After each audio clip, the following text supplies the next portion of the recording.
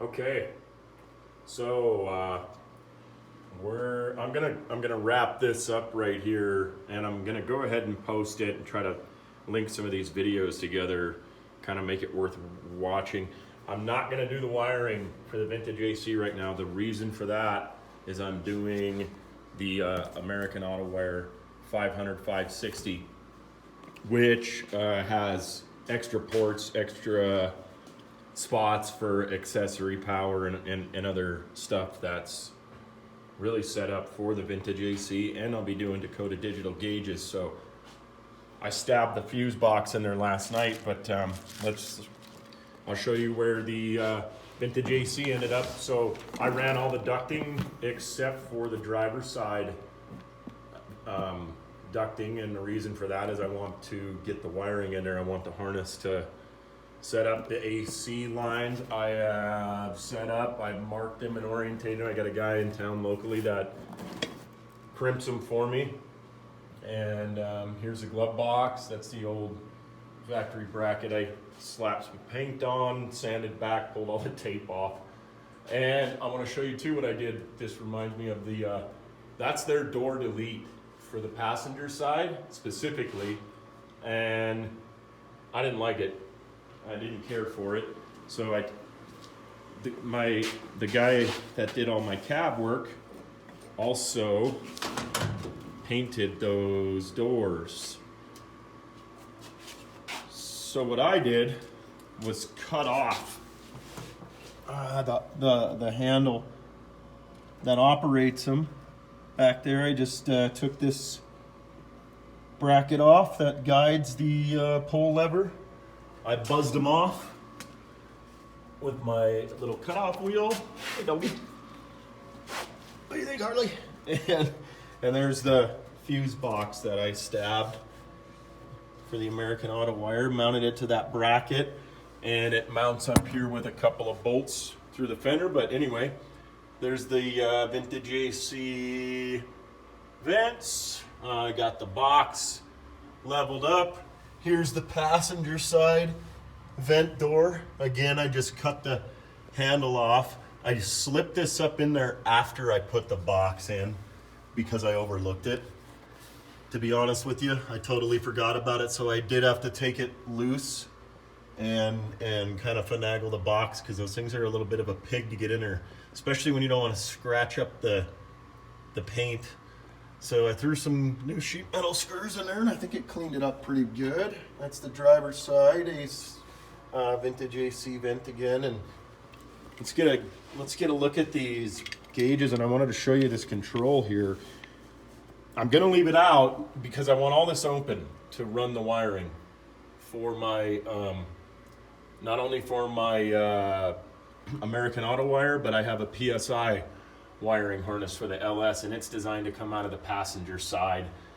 So that's another reason I decided to mount all this hardware in here prior to running the wiring. And the mounting bracket's cool. I already test fit this, and it fits in there amazing. So you slip this off, pick this up, and slip this out of here, out of this little knot. It's off. This is your mounting bracket. These it's a little bit wider, right? So these feet catch the back side of the dash, and it just pinches it in there, more or less. You don't get crazy with it. It's got a lock nut, and it's super simple. But I'm gonna throw this in the dash just for, yeah, it's for some gratification too, because they look awesome. And the fit is absolutely perfect. And I'm just holding it in there when there is no gap to speak of. It's look at it, it fits flush, it fits clean. That's all gonna be lit up. It's all digital, it's all LED, and all that wire does is plug right into the box. And the heater control valve that I'll show you here, it just plugs into the box. There's another little wire off to the side. It comes through the firewall. I'm gonna wait to run that because I'm gonna incorporate it with my PSI wiring harness, and see what I can do, because I'm gonna have a lot of extra holes in the firewall too from, you know, the old throttle linkage, some choke linkage, a bunch of stuff that's not going to be used. And I didn't let my body guy fill those holes because I want to utilize some of them if I actually can. And then I'll just fill them later. I can do rubber grommets. Thinking about doing some kind of like rubber pinch, I don't know. Well, I'll figure it out. But anyway, here's your control valve for your heater core. You come off on an LS with a 5/8 line, which is your supply, your pressure side. Your return side is at 3/4. So this is 5/8.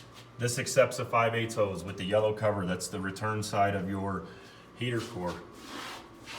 And it runs to your water pump, which is 3/4. So Vintage AC has a hose that they make,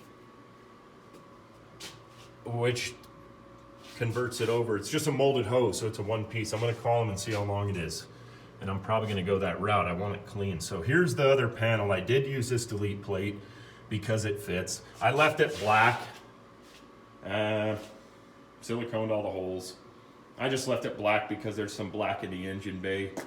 Why not? One less thing I gotta worry about painting. I'm sick of painting.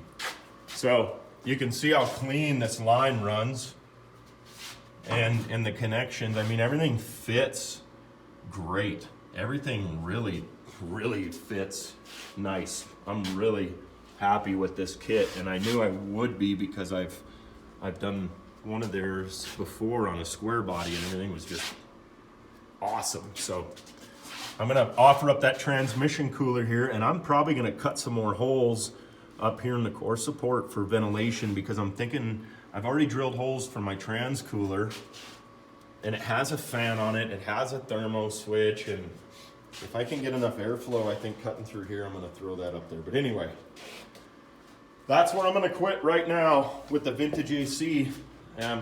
Everything turned out really good.